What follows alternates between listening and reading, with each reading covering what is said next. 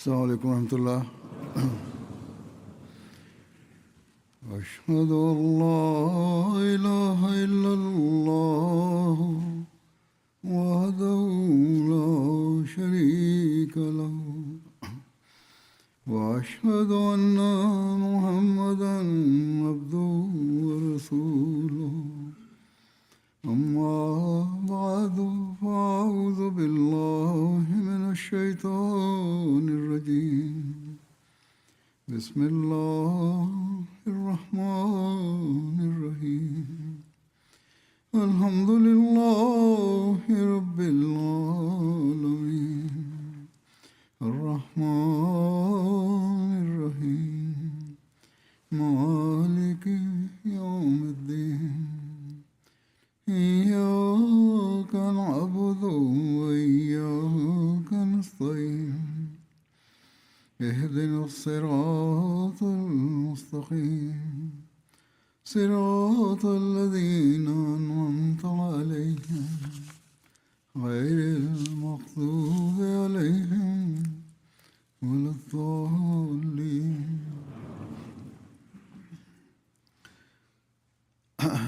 حضرت صلی اللہ علیہ وسلم. bisimilahi rahman rahim. Hudur sọ wípé ọ̀rọ̀ nípa ìjọ kan ṣoṣo ọlọ́run ọba nínú ètò ìgbésí ayé òjíṣẹ́ ńlá sallallahu alayhi wa sallam ni ó ń lọ lọ́wọ́ ní àsìkò ìborí Mákà. Àlàyé ti wáyé nípa bí wọ́n ṣe wó àwọn òrìṣà ní kútúbà tí ó kọjá lọ. Nínú wọn, látàrí èyí, òjíṣẹ́ ńlá sallallahu alayhi wa sallam kéde ìjọ kan ṣoṣo ọlọ́run ọba wípé àwọn òrìṣà tí ẹ̀ ń bọ báyìí nípò wọn rí. Báyìí la ṣe rí pé àwọn òrìṣà ńláńlá àwọn abọ̀rìṣà ní Mákà bíi Manat, Uzza, Suat àti bẹ́ẹ̀ bẹ́ẹ̀ lọ, gbogbo ni wọ́n wó tí wọ́n fọ́ pẹ́rẹpẹ̀rẹ. Lórí èyí, Lat tí í ṣe òrìṣà àwọn ará ilẹ̀ Taif, ọ̀rọ̀ wà nípa rẹ̀ báyìí wípé àwọn ará ilẹ̀ Taif yìí, òrìṣà wọn láti wọn máa pè ní Rabba, ìyẹn Devi. Wọ́n jẹ́ kó yé ni wípé kí wọ́n má wo fún odidi ọdún mẹ́ta. Eléyìí ni wọ́n tọrọ níwájú òjíṣẹ́ ńlá sallallahu alayhi wa sallam. Iyì ìjọ kan ṣoṣo ọlọ́run ọba lọ́kàn òjíṣẹ́ ńlá sallallahu alayhi wa sallam ò lè jẹ́ kí wọ́n gba ìpèpè yìí lọ́dọ̀ wọn. Bẹ́ẹ̀ àwọn ará ilẹ̀ Taif tún tọrọ yìí pé ẹ bá má wo fún odidi ọdún kan. Síbẹ̀ náà òjíṣẹ́ ńlá sallallahu alayhi wa sallam kọ̀ jálẹ̀. Wọ́n á wí pé ó dára, ẹ fún wa níyọ̀ǹda kẹ́ má ti wo fún oṣù kan kí àwọn èèyàn fi wọnú Islam tán, kí àwọn òmùgọ̀ lọ́kùnrin lóbìnrin kí wọ́n má bàa sá fún Islam nítorí wíwó rẹ̀. Ṣùgbọ́n òjíṣẹ́ náà sallallahu alaihi wasallam tún fún ní ìyọ̀ǹda ilé ìgan pẹ̀lú. Báyìí ni wọ́n pa Abu Sufyan àti Mughira bin Shu'ba. Wọ́n pa wọ́n láṣẹ pé kí wọ́n lọ wó òrìṣà ọ̀hún. Iyì ìjọ kan ṣoṣo ọlọ́run ọba ò jẹ́ kí wọ́n tiẹ̀ gbà kí òrìṣà ọ̀hún kí ó wà nílẹ̀ fúngbà kankan lẹ́yìn tí a ti fi ìjọba Islam lọ́lẹ̀ tán. Ìgbà wà láti ọ̀dọ̀ Abu Hayyaj Asadi pé Hadat Ali bin Abu Talib fún mi ní ìró wípé ǹjẹ́ kí n má fi ọ̀nà iṣẹ́ lórí ojúṣe ọ̀hún kan náà eléyìí tí òjíṣẹ́ ńlá sallallahu alayhi wa sallam ti fi fún mi ní ṣáájú, wípé ẹ má ṣe fi òrìṣà kankan sílẹ̀ láì jẹ́ pé ẹ wo, ẹ ò sì gbọdọ̀ rí sàárè tí a ti mọ ilé sí láì jẹ́ pé ẹ wó, nítorí pé gbogbo àwọn nǹkan yìí ni ó ń dòdì ìjọ kan ṣoṣo ọlọ́run ọba. Ìjọba Islam ò sì lè gbà mọ́ra lọ́nà kankan, ṣùgbọ́n wá bani lọ́kàn jẹ́ pé ní òde òní ọ̀gọ̀ọ̀rọ̀ òǹkà ńlá náà àwọn mùsùlùmí ni ó ń bẹ tí wọ́n máa bọ sàárè, tí wọ́n máa wólẹ̀ síwájú rẹ̀. Dípò kí wọ́n máa tọrọ níwájú ọlọ́run ọba, wọ́n máa tọrọ níwájú àwọn àgbààgbà tí wọ́n ti sin sínú àwọn sàárè ọ̀hún. Wọ́n sì máa sọ àsọ̀régè nípa wọn. Kò ní ròyìnròyìn kankan nínú yé pé láti fi ìjọ kan ṣoṣo ọlọ́run ọba lọ́lẹ̀, òjíṣẹ́ náà sallallahu alaihi wasallam kojú àwọn ìran ńlá tí wọ́n jẹ́ ìran abọ̀rìṣà ní Mákà. Lẹ́yìn ọ̀rẹ̀yìn, wọ́n fọ Káàbà mọ́ kúrò nínú gbogbo òrìṣà 300 tí wọ́n wà níbẹ̀. Síbẹ̀ náà, òjíṣẹ́ lásán sàlám tún gbé ìgbésẹ̀ ńlá àti jihad ńlá kan láti fi tawhid ìjọ́kìṣẹ́ ọlọ́run ọba lọ́lẹ̀ lọ́kàn àwọn òbòrìṣà ọ̀hún. wọ́n á fi jàmá ńlá kan lọ́lẹ̀ tí ó ní ìfẹ́ ìjọ́kìṣẹ́ ọlọ́run ọba lọ́pọ̀lọpọ̀.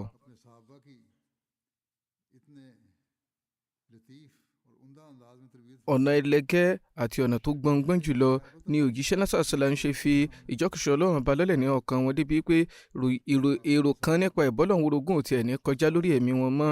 wọ́n á tún kọ̀ fún àwọn sàábé débi pé kódà ẹni tí ó jẹ́ òjíṣẹ́ ọlọ́run ọba sàlám wọn ò tún gbà kí wọ́n ṣe àsọ̀régì nínú ìgbóríyìn fún un. Hazrat Ibn Abbas ní ẹgbàá wípé àwọn tẹ́tí gbọ́ Hazrat Umar tí wọ́n ń sọ látòrí múmbàrí wípé mo ti gbọ́ lọ́dọ̀ òjíṣẹ́ ńlá sallallahu alaihi wasallam nígbà tí wọ́n sọ wípé ẹ má ṣe sọ àsọ̀régì nínú ìgbóríyìn fún mi gẹ́gẹ́ bí àwọn nàṣàrà ṣe ṣe nínú ìgbóríyìn fún Jésù, torí pé ẹrúsìn ọlọ́run ọba ni mo jẹ́. fún ìdí èyí ẹrúsìn ọlọ́run ọba àti òjíṣẹ́ rẹ̀ ni ẹ máa pè mí.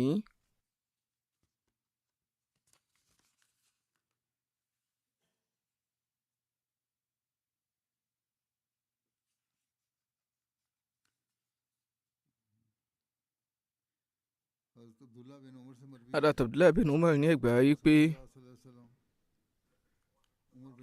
òjíṣẹ́ lásán sàlám ń pàdé Umar bin Khattab tí wọ́n ń lọ nínú àwọn ikọ̀ kan rí, ìyẹn ikọ̀ oníṣòwò.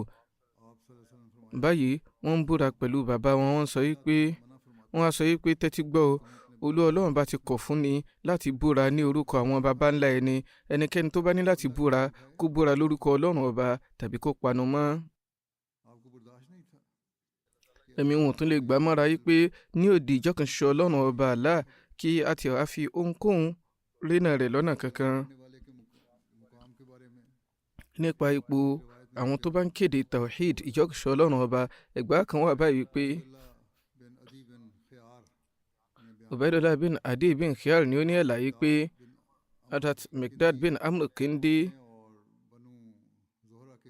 àti àwọn agbẹ̀rànlọ́ àwọn Banu Zahra, ẹni yìí jẹ́ ènìyàn àwọn Banu Zahra, ó sì jẹ́ ẹ̀kan nínú àwọn tí wọ́n kópa nínú Badr pẹ̀lú òjíṣẹ́ ńlá sallallahu alaihi wasallam. àwọn ni wọ́n sọ fún wọn yìí pé àwọn tọrọ lọ́dọ̀ òjíṣẹ́ ńlá sallallahu alaihi wasallam yìí pé ẹ jọ̀ọ́ ẹ sọ fún mi bí mo bá pàdé ẹnikẹ́ni nínú àwọn kèfèrí tí ìjà wa bẹ́lẹ̀ láàrin wa tí ó wá bù mí nídà lọ́wọ́ kan tí ó sì gé ọwọ́ mi dànù, ó wá lọ farasin sẹ́yìn igi kan tó wá ń sọ wípé nítorí ọlọ́run ọba mo ti di mùsùlùmí, ìrẹ òjíṣẹ́ ọlọ́run ọba sallallahu alaihi wasallam, ǹjẹ́ kí n ṣe kú pa lẹ́yìn ìgbà tó ti sọ wípé òun pe kálímà yìí bí? tó wá jẹ́ wípé lẹ́yìn tó ṣe ni ó tó pe gbólóhùn yìí. òjíṣẹ́ náà sallallahu alaihi wasallam sọ wípé o ò gbọ́dọ̀ ṣe ikú pa o. Hazrat Miqdad wípé ìrẹ òjíṣẹ́ ọlọ́run ọba sallallahu alaihi wasallam, ó mà ti gé mi ní ọwọ́ kan. lẹ́yìn ìgbà tó gé mi lọ́wọ́ tán ló wá ń sọ gbólóhùn yìí. lẹ́yìn náà ó wá ń ṣe la ilaha illallah. òjíṣẹ́ náà sallallahu alaihi wasallam sọ wípé o ò gbọ́dọ̀ ṣekú pa nítorí pé bí o bá ṣe ikú pa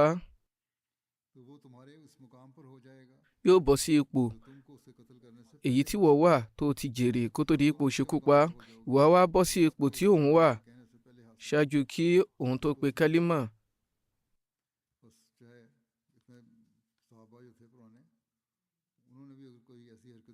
báyìí àwọn àgbààgbà náà àwọn sàbí gan tó dánrú ẹ̀ wò, òjíṣẹ́ náà sallallahu alaihi wasallam dá wọn lẹ́kun. ẹ wá wòye sí àwọn àfáà òde òní, àwọn Ahmadi tó ń bẹ ní Pakistan tó ń ti bí wọ́n ṣe ń pe kálímà, irú ìfaranini tó ń tẹ̀síwájú láti máa fi kò wọ́n kò lẹ́gbẹ́ kò sì ní pẹ̀kun. ìdájọ́ irúfẹ́ àwọn oníwà ìbàjẹ́ yìí òjíṣẹ́ náà sallallahu alaihi wasallam ti ṣe nínú ẹgbàá wa tí a mú wá yìí.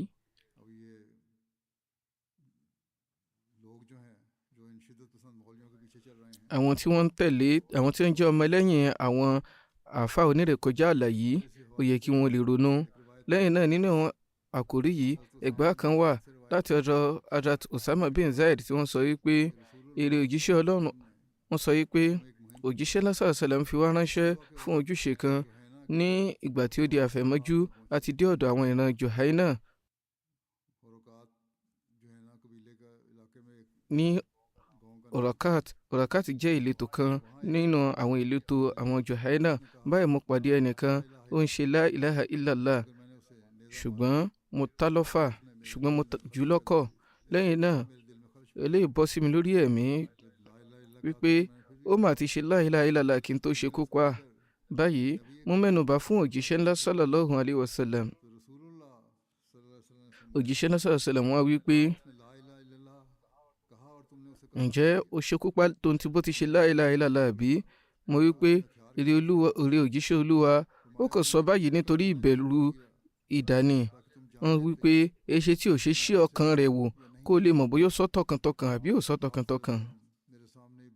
Òjíṣẹ́ náà sallallahu alaihi wasallam sọ gbólóhùn yìí léraléra níwájú mi débi pé kódà ó bẹ̀rẹ̀ sí ní wù mí kó jẹ́ pé ìbásùnwọ̀n kó jẹ́ pé ọjọ́ náà ni mo ṣẹ̀ṣẹ̀ gba Islam.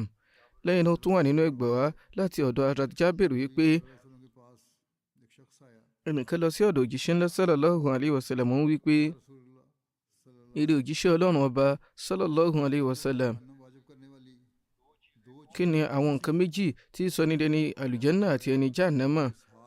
Wọ́n wí pé ẹni tó bá papòdà nípò yìí pé kò mú ẹgbẹ̀rà kankan pẹ̀lú Ọlọ́run ọba yóò wọ àlùjánnà. Ẹni tó bá sì papòdà nígbà tí ó ń bọ́ lọ́hùn wórogún yóò wọ jahannama. Mahmud bin Labid ní àlàyé pé òjíṣẹ́ ńlá sallallahu alaihi wasallam sọ wípé ohun kan tí mo bẹ̀rù fún jù lọ́dọ̀ yín òun náà ni shirk asghar. Àwọn sàbí bèrè yìí pé èrè òjíṣẹ́ Olúwa kí gan ni shirk asghar, ìbọ́lọ́hun wórogún kékeré? Òjíṣẹ́ ńlá sallallahu alaihi wasallam sọ wípé rìyà ni o, síárì mi. Síárì ni yìí nígbà tí wọ́n bá ń san àwọn ènìyàn lẹ́san ní ọjọ́ ìgbéǹde wọ́n máa sọ fún yín pé àwọn tó torí wọn ṣe àwọn nǹkan ọ̀hún nílé ayé kí wọ́n lè rí ọ, ó yá lọ sọ́dọ̀ wọn kó wò bóyá wàá rí ẹ̀san kankan gbà lọ́dọ̀ wọn. ó fẹ́ tọrọ ni, ó yá lọ tọrọ lọ́dọ̀ wọn káwo tí wọ́n lè fún ọ. Nítorí náà ohun gbogbo tí èèyàn bá ṣe nítorí ṣíárì ni kí ọmọ aráyé lè kan sára sí ni, báyìí ni ó máa túmọ̀ sí bí ìgbà tí ènìyàn bọ́lọ́run bá wórogún. Ìbọ́lọ́run wórogún ni eléyìí tí Olúwa Ọlọ́run bá sì kórìíra lọ́pọ̀lọpọ̀. Hazrat Abdullah ní àlàyé pé nígbà tí ìṣípayá wáyé pé alladhina amanu wa lam yalbisu imanahum bizulmin, àwọn tí wọ́n nígbàgbọ́ tí wọn ò sì ṣe àdàlúdàpọ̀ ìgbàgbọ́ wọn pẹ̀lú ìwà ìbàjẹ́. Àwọn èèyàn béèrè lọ́dọ̀ òjíṣẹ́ náà sallallahu alaihi wasallam pé ta ni ó hùwà ìbàjẹ́, torí pé ọ̀pọ̀lọpọ̀ àṣìṣe ní ń tọwọ́ wa jáde. Olúwa sì mú ìṣípayá ìwáyé pé inna shirka la zulmun azim, ó dájú pé ìbọ́lọ́hun wórogún ìwà ìbàjẹ́ tó tóbi jù ní í ṣe. Eléyìí ni ìdáhùn láti ọ̀dọ̀ Ọlọ́run ọba yìí pé ìbọ́lọ́hun wórogún ìwà ìbàjẹ́ tó tóbi jù ní í ṣe. Èyí ni pé yàtọ̀ sí Ọlọ́run ọba ohun gbogbo ni èèyàn ní láti wò dé kúlẹ̀kúlẹ̀ yìí pé ǹjẹ́ òun wà mú ohunkóhun ní ẹgbẹ̀rà pẹ̀lú Ọlọ́run ọba bí, torí pé eléyìí jẹ́ nǹkan tí ó burú jù lọ. Nínú ẹ̀là Bukhari ti Hazrat Waliullah Shah Sahib wọ́n kọ wípé nínú ọ̀rọ̀ inna shirka la zulmun azim, ìtumọ̀ shirk òun náà ni wada'u shay'in fi ghayri mawdi'ihi, wada'u shay'in fi ghayri mawdi'ihi, ká fi nǹkan sí àyè tí ò tọ́ sí. Gbogbo ìwàkíwà ohun tí ò tọ́ gbogbo wọn pátápátá náà ń bẹ nínú ìtumọ̀ zulum, ìwà ìbàjẹ́. Kufrun duna kufrin, lórí àkòrí kufrun duna kufrin wọ́n pe ìbọ́lọ́hun wórogún ní àìgbàgbọ́ tó burú jù. Bẹ́ẹ̀ sì ni ìwà ìbàjẹ́ gan, ìṣìwàwù gan, wọ́n pè ní kúfùrù náà pẹ̀lú. Eléyìí jẹ́ nǹkan tó burú. Torí náà nínú àkòrí zulmun duna zulmi náà pẹ̀lú wọ́n mú ìbọ́lọ́hun wórogún jẹ́ zulm, ìwà ìbàjẹ́ tí ó tóbi jù. Kí sì ni ó fà tó ṣe jẹ́ òun ní ìwà ìbàjẹ́ tí ó tóbi jù? Nítorí pé àkìjẹ́ Ọlọ́run ọba ní pàtó, eléyìí tí í ṣe ìjẹ́ Olúwa, ọmọ aráyé fi fún ẹlòmíì. a kì í jẹ́ pé ọlọ́run ọba nìkan ni ìjọsìn tọ́ sí, ènìyàn á fi fún ẹlòmíràn nírú ipò bẹ́ẹ̀. Torí náà ìjọsìn ẹ̀tọ́ ọlọ́run ọba nìkan ní í ṣe. Bẹ́ẹ̀ bá ti wá mú ẹlòmíràn mọ́ ọlọ́run ọba, ènìyàn tó jẹ́ ẹrúsìn ọlọ́run ọba tí ó sì wá sí ilé ayé láti ṣe àmúṣe nǹkan tí ọlọ́run bá fẹ́, á bẹ̀rẹ̀ sí ní rí ẹ̀mí ara rẹ̀ àbí èèyàn bíi tiẹ̀ àbí àwọn nǹkan tó tiẹ̀ kéré jù lọ gẹ́gẹ́ bí ohun tí òun gbọ́dọ̀ tẹríba fún. Á wá jẹ́ pé ó jura rẹ̀ sí ipò tí ó kéré jù lọ pátápátá lódì nǹkan tí a torí ẹ̀ dá. Ìgbésẹ̀ tí ò tọ́ nínú huququ ibad, ẹ̀tọ́ ọmọnìyàn, ìwà ìbàjẹ́ ni. Ìgbésẹ̀ tí ò tọ́ nínú ẹ̀tọ́ ọlọ́run ọba, ìwà ìbàjẹ́ ni. Ìgbésẹ̀ tí ò tọ́ nínú ìṣẹ̀tọ́ àwọn ẹ̀dá ọlọ́run ọba, ìwà ìbàjẹ́ ní í ṣe. Ṣùgbọ́n bí èèyàn bá ṣe ẹ̀tọ́ ọlọ́run ọba bó ti tọ́ àti bó ti yẹ náà, ìwà ìbàjẹ́ ní í ṣe. Torí náà eléyìí ni àwọn gbogbo tó ń bẹ nínú ìbọ́lọ́hun wórogún. Ìbọ́lọ́hun wórogún sì ni ìba ènìyàn jẹ́ pátápátá.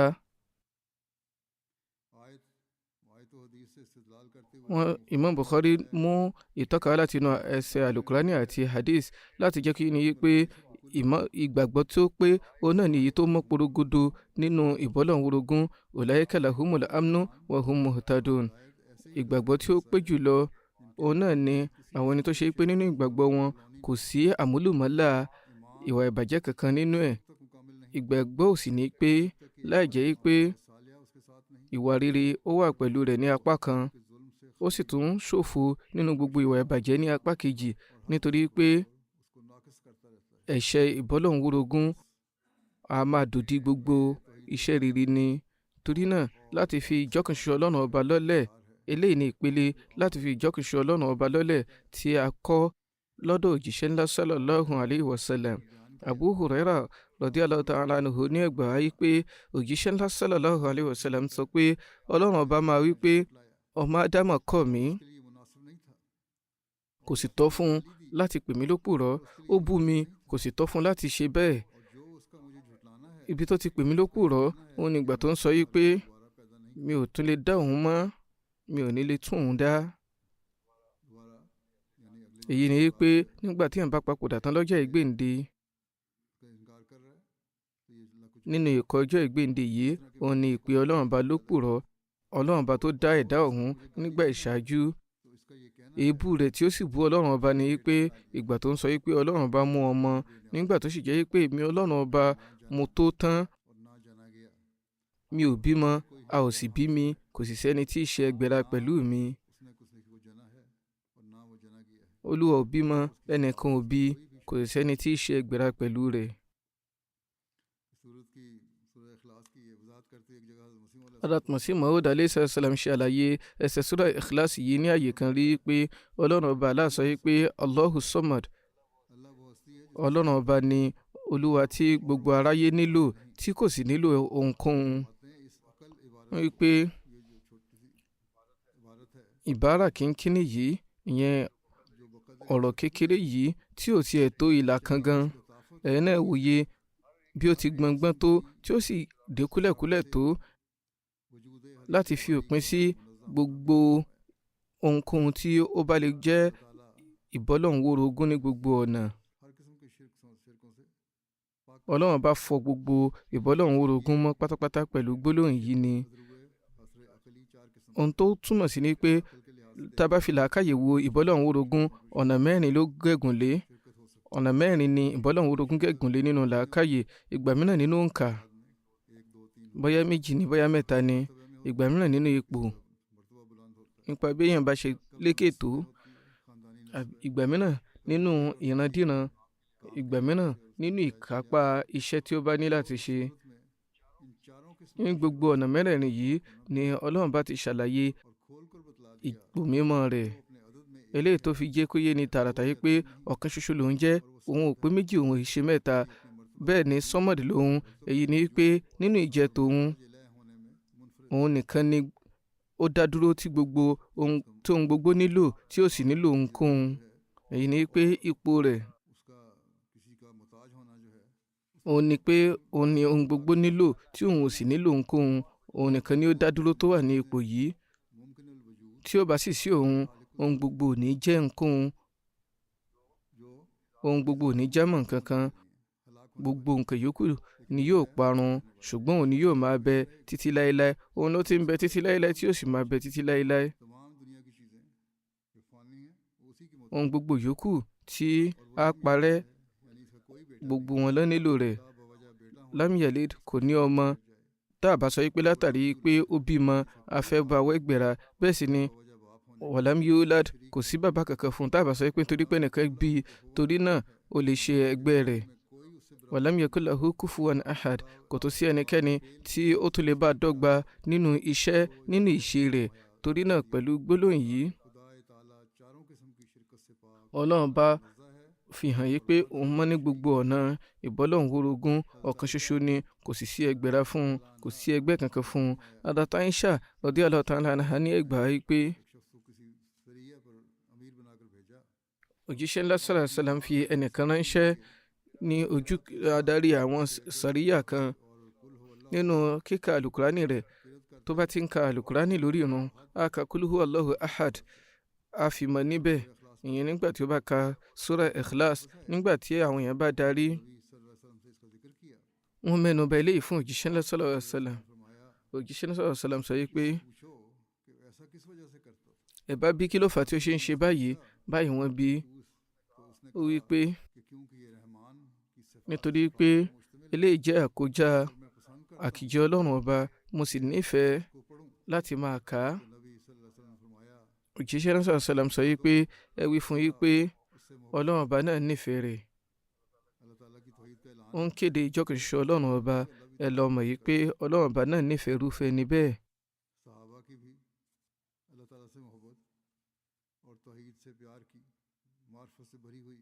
A rí ọ̀pọ̀lọpọ̀ àpẹẹrẹ bí àwọn sàbí ṣe nífẹ̀ẹ́ ìjọkan ṣoṣo Ọlọ́run ọba tó sì hàn nínú ìgbésí ayé wọn. Hadrat Anas bin Malik ní ẹgbàá wí pé ẹnìkan nínú àwọn Ansar, wọ́n yàn láti jẹ́ mọ́ṣáláṣí imam mọ́ṣáláṣí ní Masjid Quba. Nígbà tí ó bá sì ti ní láti ka súrà kankan, orí kúlú Allahu ahad ni yóò ti bẹ̀rẹ̀ títí yóò fi parí. Tó bá tó débi súrà kejì, rákà kejì, báyìí náà ni yóò tó kà. Nínú gbogbo rákà kọ̀ọ̀kan, orí súrà yìí náà ni yóò ti bẹ̀rẹ̀. Ẹni ìṣáájú wọ́n fi òun ránṣẹ́ sí fún sàríyà kan ni, ṣùgbọ́n eléyìí ìmáàmù ni ní mọ́ṣáláṣí nígbà gbogbo. Torí náà wọ́n máa sọ yí pé èyí ṣe tí o ṣe ń ṣe báyìí, nínú kó ka súrà Ikhlas kó fi àwọn yòókù sílẹ̀, àbí kí o ka àwọn yòókù kó fi súrà tó Ikhlas sílẹ̀. Wọ́n sọ yí pé ó tì o, mi ò ní fi sílẹ̀. Bí ẹ bá fẹ́ kí n máa ṣe ìmáàmù yín pẹ̀lú ẹ̀ lọ, máa tẹ̀síwájú.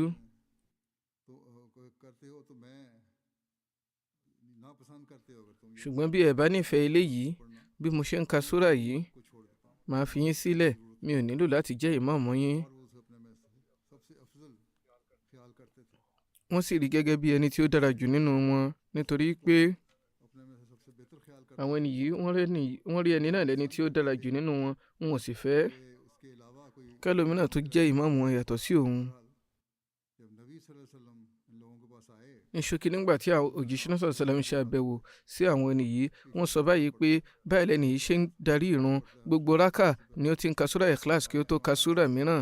Wọ́n sọ yìí pé arákùnrin, nǹkan tí àwọn ènìyàn rẹ̀ ń sọ nípa rẹ̀ yìí, èmi ló ṣe tí ò ṣe dẹ́kun rẹ̀. Kí sì ni nǹkan tí ó jẹ́ kó gẹ̀gùn lórí pé wàá ṣàka súrà Ikhlas ní rákà kọ̀ọ̀kan? Báyìí ó dà wípé èrè òjíṣẹ́ Ọlọ́run ọba mú nífẹ̀ẹ́ rẹ̀ ni. Òjíṣẹ́ ńlá sallallahu alaihi wasallam sọ wípé dájúdájú ìfẹ́ tí o ní sí yìí ó ti gbé ọ sínú àlùjánnà. Èyí ni pé ìfẹ́ súrátù Ikhlas ti mú ọ wọ àlùjánnà. Agbára ẹ̀mí òjíṣẹ́ náà sallallahu alaihi wasallam àti ìdánilẹ́kọ̀ọ́ wọn ló la ọ̀nà tó fi ọ̀nà hàn àwọn sàbé, tó sì sọ wọ́n di sóòrò ìmọ́lẹ̀ fún ìjọkan ṣoṣo Ọlọ́run ọba. Sàbé kan ní ẹgbàá yìí pé òjíṣẹ́ náà sallallahu alaihi wasallam ń pe súrà yìí ní sulusul Qur'an, ìyẹn ìlàta alukurani. Hadrat Muslim Maud ṣe àlàyé rẹ̀ báyìí pé n tí wọ́n gbà lérò pẹ̀lú sulusul Qur'an, ìlàta alukurani, kọ́ ni pé ó pín àlùkùránì sí mẹ́ta o, ṣùgbọ́n nǹkan tí wọ́n gbà lérò ní wípé àkórí rẹ̀ ó gbọ̀ngbọ́n lọ́pọ̀lọpọ̀. bí látàrí kíkà àlùkùránì àti hadith, a rí mọ̀ yìí pé fìtínà méjì ńlá ni yóò bẹ́ sílẹ̀. ìkíní ti dajjal, ìkejì ni ti yajuj majuj lọ́jọ́ iwájú. àwọn fìtínà méjèèjì yìí sì nìyí, wọn yóò rọ kiri ká Islam lọ́kan èjèèjì. dajjal á yan mẹ́ta lọ́kan dípò ìjọkìnṣe ọlọ́run ọba, ìyẹn ọlọ́run baba, ọlọ́run ọmọ àti ọlọ́run ẹ̀mí mímọ́. bẹ́ẹ̀ sì ni á tini sí inú àìnígbàgbọ́nú ọlọ́run ọba. ìkejì á tini sínú àìnígbàgbọ́nú ọlọ́run ọba. torí náà alukurani kọ àwọn ìwòye méjèèjì yìí pẹ̀lú ẹ̀kọ́ tí ó tọ́. alukurani kún fún ẹ̀kọ́ ìjọkìnṣe ọlọ́run ọba ní gbogbo ọ̀nà, wípé ọlọ́run ọba sì jẹ́ ọ̀kan ṣoṣo, òun ni olúwa ohun gbogbo. òun ni nǹkan tí alukurani dúró tì, tí alukurani sì kọ ìjẹ́ olúwa ọmọ kan àbí ẹ̀mí mímọ́ kankan. alukurani kọ eléyìí pátápátá, wípé bóyá olúwa mìíràn tó wà yàtọ̀ sí ọlọ́run ọba Allah. ó wá jẹ́ wípé alukurani fi ọlọ́run baba nìkan lọ́lẹ̀, tí ó sì kọ ọlọ́run ọmọ àti ẹ̀mí mímọ́. torí náà ó yé ni yékéyéké pé nígbà tí alukurani sì ti nígbà tó jẹ́ pé eléyìí jẹ́ ìpín kan nínú mẹ́ta, òun náà ni ó fà á tí súrà yìí ṣe jẹ́ ìlàta alukurani. ó dájú pé ojúṣe alukurani ni láti fi ìjọkìnṣe ọlọ́run ọba lọ́lẹ̀, kí ó sì fi òpin sí àwọn ìgbàgbọ́ tí ò tọ́. torí náà ìgbà tí àkórí ti yanjú gbogbo nǹkan tí ó wà nílẹ̀, tí ó sì fi òpin sí gbogbo àwọn ìgbàgbọ́ kígbàgbọ́, àwọn ìgbàgbọ́ búburú, tí ó sì fi ìjọkìnṣe ọlọ́run ọba lọ́lẹ̀. torí náà ó ti jẹ́ sólósòlò Quran, ìlàta alukurani. lọ́nà báyìí, ìgbà tí òjíṣẹ́ náà sọ̀rọ̀ ń pè ní sólósòlò Quran, ìlàta alukurani, kì í ṣe àsọ̀régé. ó kàn fi ẹsẹ̀ alukurani, rírì súrà alukurani yìí lọlẹ̀. ó kàn fi rírì súrà alukurani yìí lọlẹ̀ ni. torí náà adatuma sí Muhammad alayhi salam ti jẹ́ kí ni pé látàrí òjíṣẹ́ ọlọ́run bá nìkan ni tawhid ṣe lọ́lẹ̀, gẹ́gẹ́ bí òjíṣẹ́ ńlá sallallahu alaihi wasallam ṣe fi àwọn aláìnígbàgbọ́nú ọlọ́run ọba àti àwọn abọ̀rìṣà ilẹ̀ lárúbáwá tí wọ́n sọ wọ́n di ẹni tó nígbàgbọ́nú ọlọ́run ọba kan ṣoṣo tí òdodo. òjíṣẹ́ náà sallallahu alaihi wasallam sì ń tẹ̀síwájú, tí a sì ń fi àwọn ẹ̀rí rẹ̀ lélẹ̀ níwájú àwọn tí wọ́n nígbàgbọ́nú ọlọ́run ọba lóde òní. nítorí náà ènìyàn lè rí agbára ọlọ́run ọba ọ̀yẹ̀ tààràtà, ṣàìtàn sì ní kúrò lẹ́mìí ẹni, ìjọkan ṣoṣo ọlọ́run ọba ò sì ní gbilẹ̀ lọ́kàn ẹni. ènìyàn sì ní lè jẹ́rìí ìjọkan ṣoṣo ọlọ́run ọba lọ́nà tí ó tọ́, àfi látàrí òjíṣẹ́ ńlá sallallahu alaihi wasallam nìkan. ní sàmánì tí a wà yìí,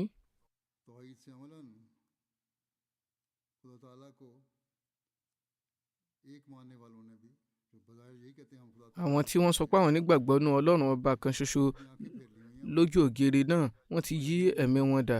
bẹ́ẹ̀ sì ni fìtínà yajuj majuj àti fìtínà dajjal ó ti lọ káàkiri láàrin àwọn mùsùlùmí, débi pé mímọ̀ ìjọkìnṣe ọlọ́run ọba kò gbilẹ̀ lẹ́mìí wọn lọ́nà òdodo mọ́. nírú ipò báyìí, ọmọ ọ̀dọ̀ rere òjíṣẹ́ ńlá sallallahu alaihi wasallam ó ní láti wá nípò Masih Maud, Mahdi Maud, ní ìbámu pẹ̀lú àdéhùn ọlọ́run ọba. ó sì wá sí ilé ayé, ó kojú ìbọ́lọ́hun orogún ní gbogbo ọ̀nà. torí náà ìgbà tí a lè ṣe ẹ̀tọ́ báyà lódodo, òun náà nígbà tí a bá dúró ti tawhid lọ́nà tí ó pé. jàmáà tí wọ́n fi lọ́lẹ̀ ní ọjọ́ 23 oṣù kẹta òun náà ni à ń lò lọ́wọ́ yìí, ní ìbámu pẹ̀lú ọjọ́ 23 oṣù kẹta yìí. ohun tí à ń torí rẹ̀ ṣe àjọyọ̀ ọjọ́ ìrántí Masih Maud náà ní pé ọlọ́run bá fi ọmọ ọ̀dọ̀ òjíṣẹ́ náà sallallahu alaihi wasallam rere ránṣẹ́ láti fi tawhid lọ́lẹ̀. ìgbà tí wọ́n sì fi jàmáà yìí lọ́lẹ̀, tí àwọn èèyàn ṣe báyà lọ́wọ́ wọn, lórí májẹ̀mú yìí ni a ṣe báyà wípé a dúró ti ìjọkìnṣe ọlọ́run ọba. ìgbà tí a sì lè ṣe ẹ̀tọ́ ìjọ́kan ṣoṣo Ọlọ́run ọba lótìítọ́ òun náà ní nígbà tí oníkálukú wa tí a bá gbin eléyìí nínú ara wa, nínú àwọn ẹbí wa àti nínú àwọn àwùjọ wa, agbègbè wa, kí Ọlọ́run bá fún gbogbo mùsùlùmí ní àǹfààní láti tẹ́wọ́ gba ẹni tí Olúwa fi ránṣẹ́ yìí, kí wọ́n sì dúró ti tawhid ọ̀kan ṣoṣo Ọlọ́run ọba, kí wọ́n sì wo gbogbo ohun tó bá jẹ́ ti Yàjúj Májúj tí ó ń ṣe àkọlù kíkankíkan lóde òní. Ẹgbàá kan tó wà nípa òjíṣẹ́ ńlá sallallahu alayhi wa sallam, Hazrat Abdullah bin Mas'ud ni ó ní ẹ̀láyé pé òjíṣẹ́ ńlá sallallahu alayhi wa sallam sọ wípé mo pàdé Ibrahim ní ọjọ́ tí mo ṣe ìrìn àjò alẹ́.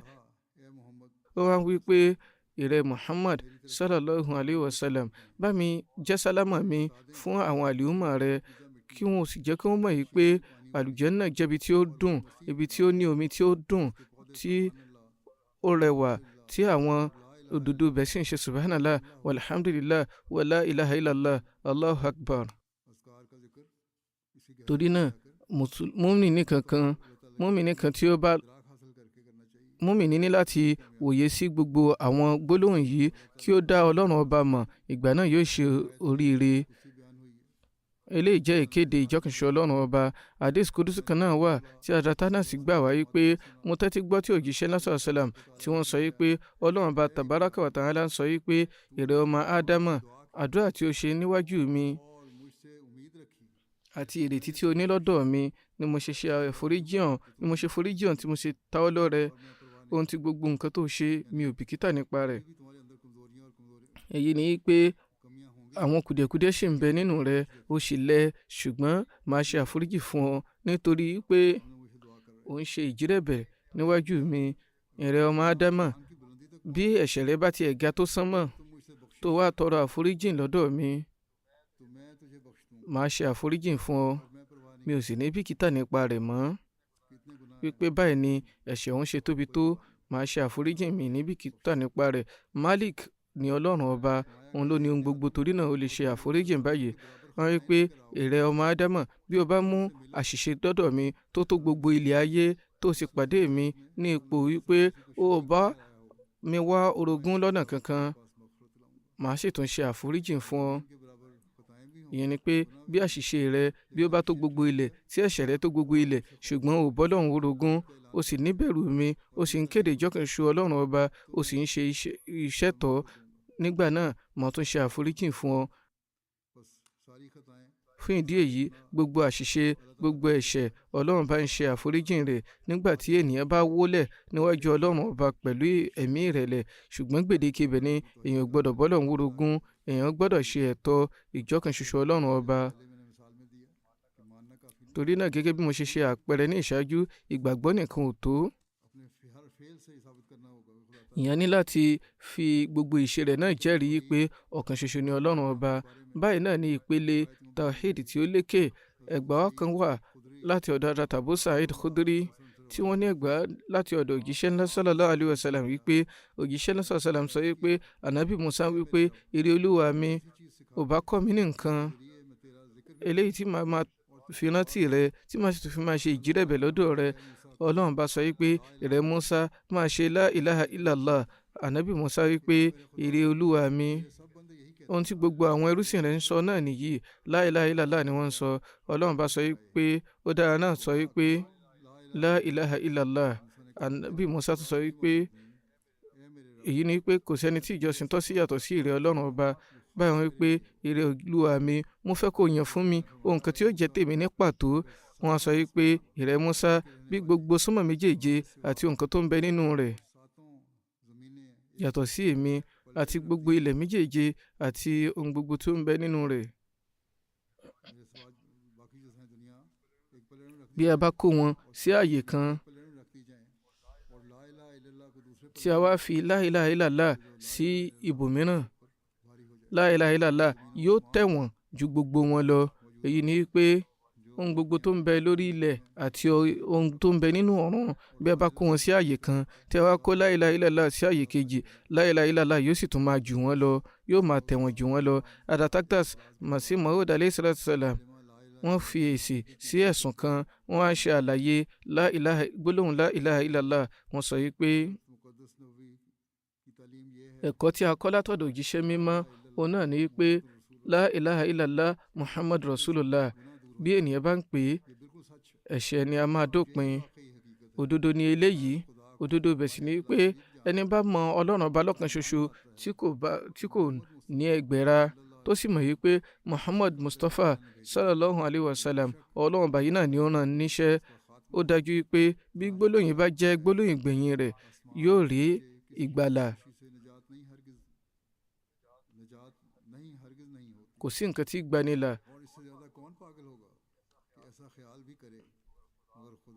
Ta ni yóò wòye sí wípé nǹkan kan yóò gbanilà? Ṣùgbọ́n ọlọ́run ọba olóore ọ̀fẹ́, ọlọ́run ọba aláàánú jùlọ, ó fi òjíṣẹ́ rẹ̀ ránṣẹ́ sí ilé ayé tí orúkọ rẹ̀ ń jẹ́ muhammad mustapha sallallahu alayhi wa sallam. Ènìyàn wá nígbàgbọ́ nínú rẹ̀. Ìgbàgbọ́ yìí ó jẹ́ ìkan tí a máa pa òkùnkùn rẹ̀ kúrò nínú ọkàn ẹni, tí a wá mú ìbọ́lọ́hun orogún kúrò lọ́kàn ẹni, a fi ìjọkìnṣe ọlọ́run bá sẹ́mi ẹni, a gba gbogbo ara ẹni tán. Báyìí àlùjánnà, ìgbésí ayé àlùjánnà yóò bẹ̀rẹ̀ ní ilé ayé fún irú ẹni bẹ́ẹ̀, gẹ́gẹ́ bó ti hàn yí pé ibi tí ìmọ́lẹ̀ bá ti wà, òkùnkùn ò lè sí níbẹ̀. Torí náà ẹni bá ń ṣe la ilaha illallah nínú ẹ̀mí rẹ̀, gbogbo òkùnkùn ẹ̀mí rẹ̀ á bẹ̀rẹ̀ sí ní dópin. Kò sí nǹkan tí ń ṣe ẹ̀ṣẹ̀ bí ó ṣe pé èèyàn fi ẹ̀mí ara rẹ̀ fún àwọn ìfẹ́kùfẹ́ inú.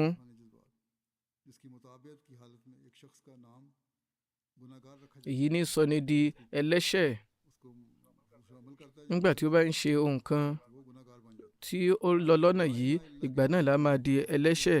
Ṣùgbọ́n àwọn tí wọ́n gbọ́ àgbọ́yé la ilaha illallah, ohun kan tí wọ́n mọ̀ ní pé la matluba li wala mahbuba li wala ma'buda li wala muta'ali illallah.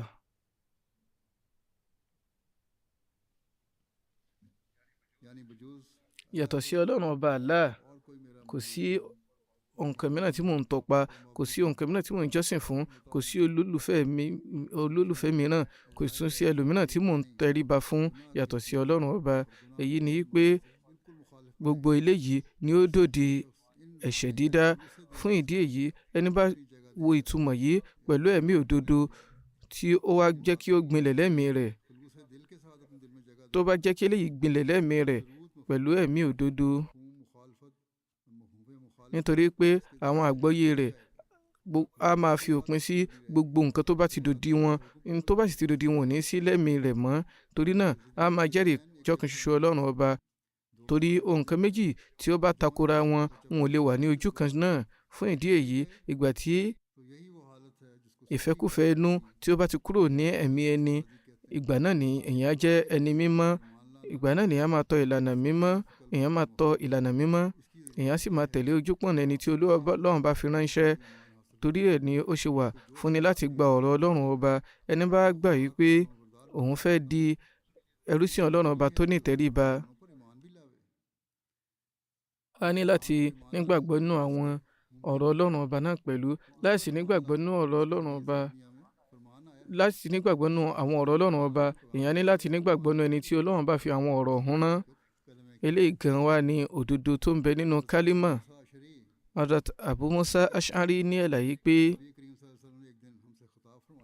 ní ọjọ́ kan òjíṣẹ́ ńlá sallallahu alaihi wasallam bá wa sọ̀rọ̀ yìí pé ẹ yẹra fún ìbọ́lọ́hun wórogún. Kódà eléyìí tí ó kéré ju ẹsẹ̀ kòkòrò lọ. Báyìí ẹni náà ó béèrè wípé eré òjíṣẹ́ ọlọ́run ọba, báwo la ṣe fẹ́ yẹra fún nígbà tó bá tó kéré ju ẹsẹ̀ kòkòrò lọ? Wọ́n sọ wípé ẹ máa sọ wípé Allahumma inna na'udhu bika min an nushrika bika shay'an na'lamuhu wa nastaghfiruka bima la na'lam. Ìrẹ ọlọ́run ọba Allah, à ń tọrọ ààbò rẹ nínú kí a bọ wórogún lórí nǹkan tí a mọ̀. Bákan náà à ń tọrọ ààbò rẹ àti àforíjìn rẹ nínú ká bọ wórogún lórí nǹkan tí a ò mọ̀ pẹ̀lú. Ẹ máa tọrọ eléyìí. Hazrat Abdurrahman bin Abda ní àlàyé pé òjíṣẹ́ ńlá sallallahu alayhi wa sallam sọ yìí pé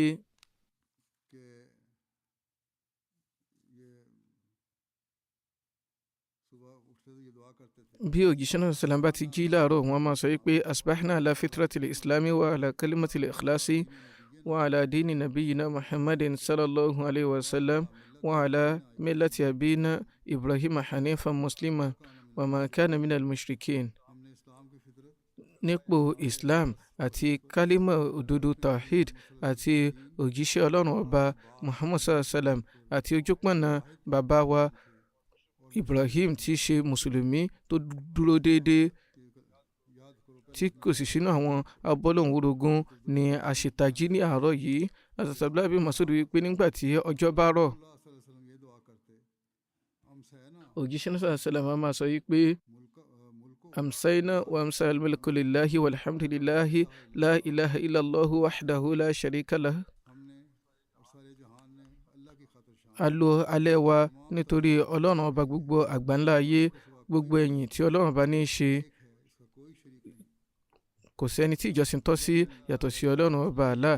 Abdullah bin Buraida Aslami ní ẹgbàá láti ọ̀dọ̀ bàbá rẹ̀ yìí pé wọ́n sọ báyìí pé òjíṣẹ́ náà sallallahu alaihi wasallam gbọ́ tí ẹnìkan ń ṣe àdúrà tó ń sọ gbólóhùn báyìí pé èrè olúwa mò ń tọrọ lọ́dọ̀ rẹ lórí pé mò ń jẹ́rìí pé ìrẹ ni Allah, kò sẹ́ni tí ìjọsìn tọ́ sí yàtọ̀ sí ìrẹ, ọ̀kan ṣoṣo ni ọ́ tó tán, ó bímọ ẹnìkan ò bí ọ, kò sí ẹni tí í ṣe ẹgbẹ̀ra pẹ̀lú rẹ. Òjíṣẹ́ náà sallallahu alaihi wasallam sọ wípé mo fi ọlọ́run bá tí ẹ̀mí mi tó ń bẹ lọ́wọ́ rẹ̀ ṣe ẹ̀rí pé ismu azam àwọn orúkọ ọlọ́run ọba ni ó fi ṣe àdúrà yìí.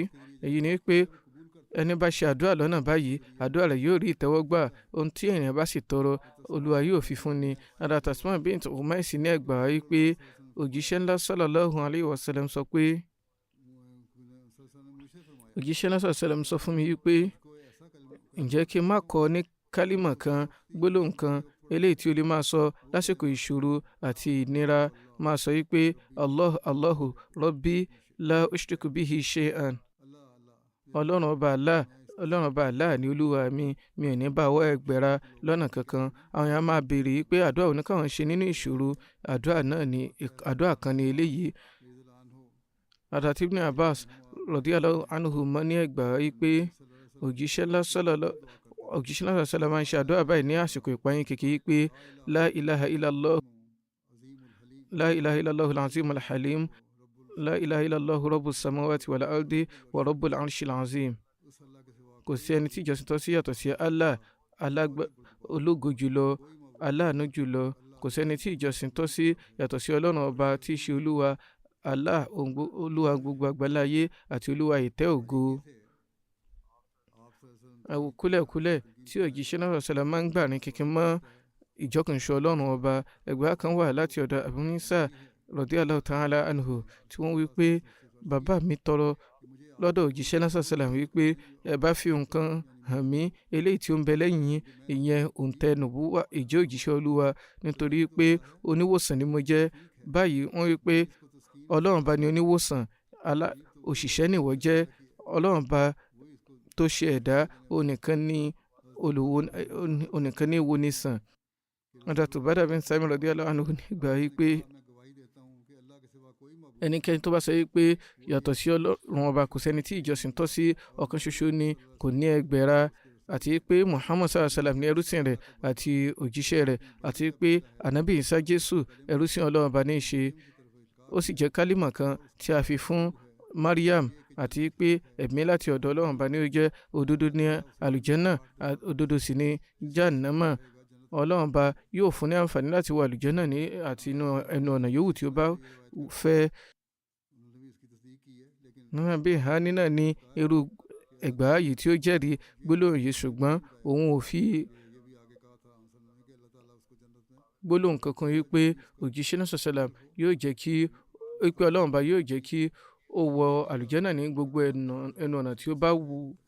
Èyí ni wípé gbogbo nǹkan tí ó wí ó tọ́, ṣùgbọ́n nínú ẹgbàá wa tí wọn ò ní ìtọ́ka sí ilẹ̀kùn mẹ́jọ àbáwọlé àlùjànnà. Ẹgbàá ìpè òjíṣẹ́ náà sallallahu sọ wípé òpó márùn-ún ní ti Islam jẹ́ ìkíni pé kéèyàn nígbàgbọ́ náà ọlọ́run ọba àti pé kéèyàn kan gbogbo ní ẹgbẹ̀ra pẹ̀lú rẹ̀, kéèyàn kírun, kéèyàn ṣe zakat, kéèyàn ṣe hajj, kéèyàn sì gba àwẹ̀. ẹnìkan nínú àwọn obìnrin muhajirin wọ́n sọ pé òjíṣẹ́ náà sàlám sọ pé èèwọ̀ ni ó jẹ́ fún ẹ̀yin obìnrin láti máa ṣe tasbih, tahlil àti takdis. ẹ ò sì gbọ́dọ̀ ṣe àìmọ́ra lára wípé ẹ wà lọ gbàgbé ìjọkìnṣe ọlọ́run ọba. torí náà ẹ máa rántí ọlọ́run ọba lórí àwọn ọmọ àkáwọ́ yín, torí a ó béèrè lọ́jọ́ ìgbéǹde, a ó sì jẹ́ kí wọ́n sọ̀rọ̀. èyí ni pé nígbà tí ẹ bá ń ṣe ìrántí ọlọ́run ọba, tí ẹ̀ ń gbóríyìn fún ọlọ́run ọba, tí ẹ̀ ń kan sára fún ọlọ́run ọba, ọ̀nà báyìí ni kí ẹ máa gbà ṣe. torí náà gbogbo ọ̀nà, gbogbo agbo, gbogbo ìjókòó, gbogbo ìpele ọmọnìyàn ni òjíṣẹ́ lásán sálàmù fi sílẹ̀ láti rí i pé àwọn fi ìjọkan ṣoṣo ọlọ́run ọba sí ẹ̀mí àwọn ènìyàn. báyìí Hazrat Muslim Maud sọ̀rọ̀ nínú kútùbà wọn kan wípé òjíṣẹ́ náà sọ̀rọ̀ ní ìwúrí débi pé kódà àwọn olódì wọn a máa jẹ́rìí sí pé ìjókòó, ìdìde, bí wọ́n ti ń rìn káàkiri ọlọ́run ọba ni wọ́n á máa pè káàkiri. báyìí ni onítàn kan láti ilẹ̀ Faransé ó kọ báyìí pé ohun yòówù tí ẹ bá wí, ẹ̀sùn yòówù tí ẹ bá fẹ́ kẹ́ ẹ fi kan Muhammad sallallahu alayhi wa sallam. onítàn kọ báyìí pé ohun kankan tí mò ń rí nínú rẹ̀, ìyẹn nínú òjíṣẹ́ ńlá sallallahu alayhi wa sallam nígbà gbogbo ni pé látijọ́ ayé tí ń jẹ́ ayé, a ò ríru rẹ̀ nínú ẹ̀dá kankan mọ́. eléyìí jẹ́ nǹkan tí a ò rí nínú ẹ̀dá kankan. òun náà sì ni pé látijọ́ tí ó ti kéde ìjẹ́ òjíṣẹ́ ọlọ́run ọba, ìyẹn tí òjíṣẹ́ náà sàlám ti jẹ́ òjíṣẹ́ ọlọ́run ọba, onítọ̀hún ló ń kọ bẹ́ẹ̀ pé látìgbà náà títí di ìgbà tí ó papòdà, gbólóhùn kan ni ó tẹ̀síwájú láti máa jáde láhàn rẹ̀, òun náà ni Allah. ó wá dàbí bí ọfọ̀ kan ni tí ó ní láti pè fún gbogbo ọmọ aráyé, láti fi ọlọ́run ọba hàn gbogbo ọmọ aráyé. torí náà àwọn tí wọ́n bá rí eléyìí gẹ́gẹ́ bí ọdẹ orí fún òjíṣẹ́ náà sàlám wípé ó ń pe ọlọ́run ọba káàkiri, síbẹ̀ náà wọ́n gbàfà fún wípé nǹkan tí ó jẹ òjíṣẹ́ náà sàlám lógún jùlọ, tí ó sì tóbi jù lọ́dọ̀ wọn, òun náà ní láti mú ọmọ aráyé gba ọlọ́run ọba kan ṣoṣo ọlọ́run ọba. ẹ lè pè lọ́dẹ orí, ṣùgbọ́n ọdẹ orí yìí ni àwọn ènìyàn rí wọn lẹ́ni tí ó pé nínú rẹ̀, tí wọ́n ṣe gbà wọ́n. kódà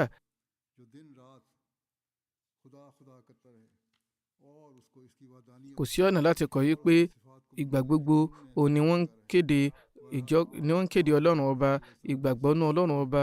ní ṣókí, rírí òjíṣẹ́ náà sàlám nípò yìí ó fi hàn yí pé àfojúsùn ìwásáyé wọn àti gbogbo àwọn òjíṣẹ́ ọlọ́run ọba náà ní láti pa ìbọ̀rìṣà rẹ̀, kí wọ́n fi ìjọkìṣẹ́ ọlọ́run ọba lọ́lẹ̀, kí wọ́n sì kéde ìjọkìṣẹ́ ọlọ́run ọba fún gbogbo ọmọ aráyé.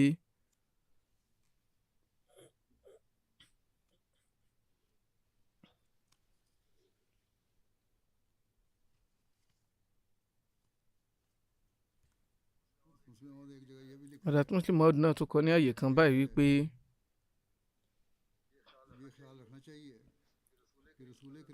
ẹ ní láti wòye sí ibi tí ipò òjíṣẹ́ náà sàlám lékèdè àti bí wọ́n ṣe nífẹ̀ẹ́ wa tó. wọ́n mẹ́nubà nínú kútùbà wọn kan wípé ipò ọlọ́run ọba ó kú ju tiwọn lọ ní ọ̀pọ̀lọpọ̀ ọ̀nà. ọlọ́run ọba ni ó ń bẹ títí láéláé. ìkan nínú oore ọlọ́run ọba sì ni òjíṣẹ́ náà sàlám náà jẹ́. ìdọ̀tá ara ẹni sì ni yóò jẹ́ bàbá fi wọ́n sí òpó kankan eléyìí tí ó ń dòdì ti ọlọ́run ọba, nítorí pé òjíṣẹ́ náà sàlám kò ní gbà fún irú eléyìí, gẹ́gẹ́ bá a ṣe mẹ́nuba nínú hadisi ní ìṣáájú wípé wọn ò gbà ká fi wọ́n wé ọlọ́run ọba ní ọ̀nà kankan. ìṣe wọn, ìgbésí ayé wọn sì jẹ́rìí sí eléyìí ní gbogbo ọ̀nà. ohun gbogbo tí wọ́n sì ní àǹfààní láti gbéṣe tó jẹ́ àwọn ohun agbára ńlá tó jẹ́ pé kò ṣeé ṣe látọwọ́ ọmọnìyàn, agbára ọlọ́run ọba nìkan ni ó ṣeé ṣe, tí ọmọnìyàn ò lè gbèrú ẹ̀ ṣe lọ́nà kankan.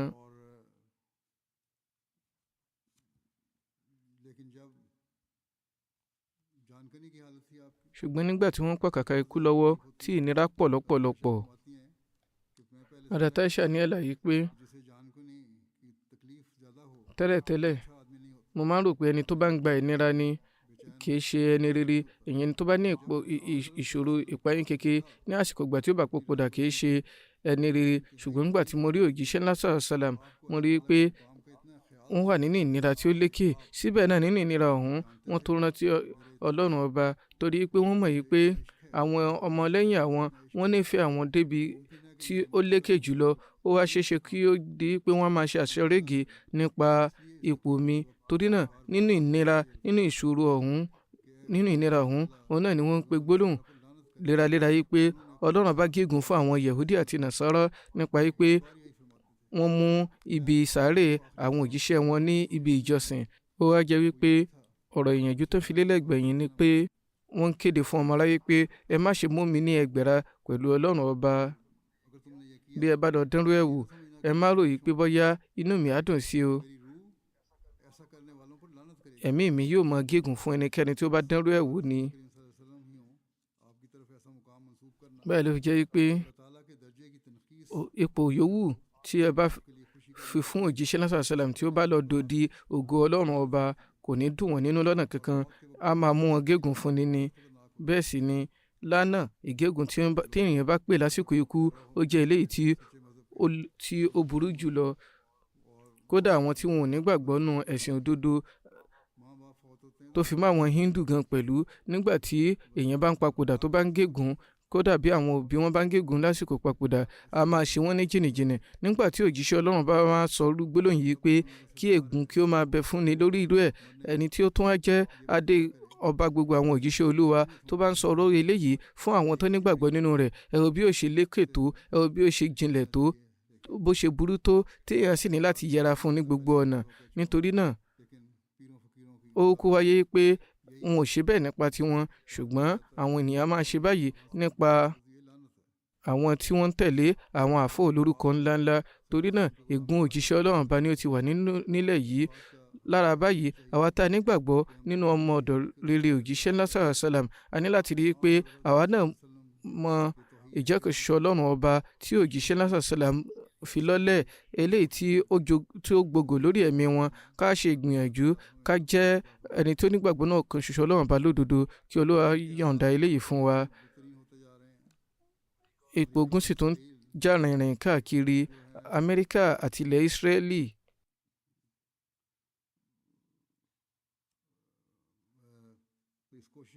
wọ́n tẹ̀síwájú nínú ìgbìyànjú wọn yìí pé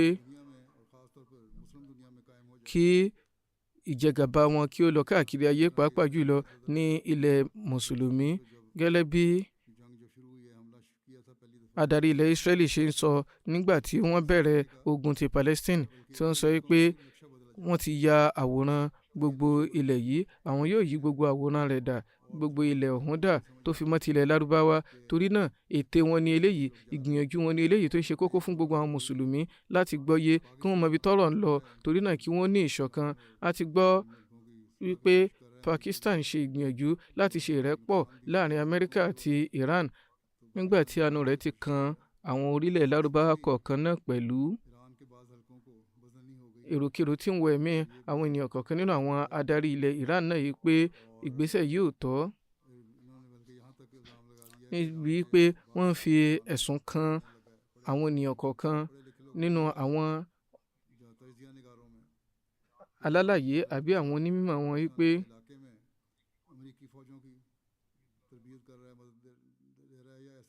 ilẹ̀ Pakistan ó ń ṣe àtìlẹ́yìn fún Amẹ́ríkà láti jẹ́ kí wọ́n ṣe ètò fún àwọn ọmọ ogun wọn níbẹ̀ àbí àwọn ilẹ̀ mìíràn, ṣùgbọ́n Pakistan ti kọ̀ eléyìí.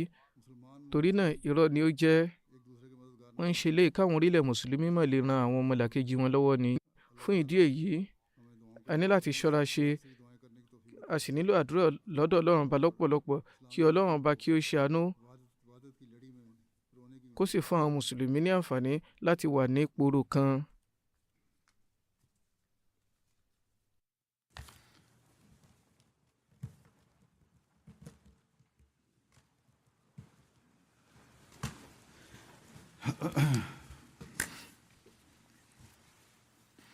الحمد لله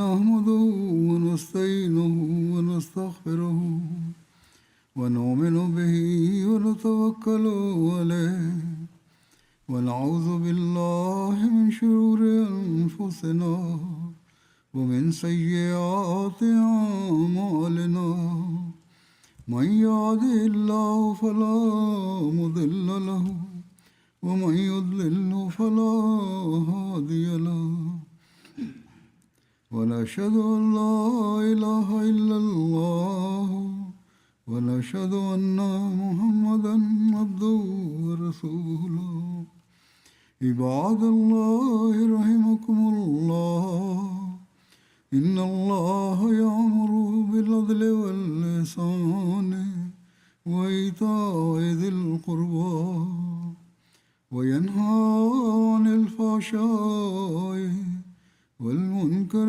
والبغي يعظكم لعلكم تذكرون اذكروا الله يذكركم وادعوه يستجب لكم ولذكر الله أكبر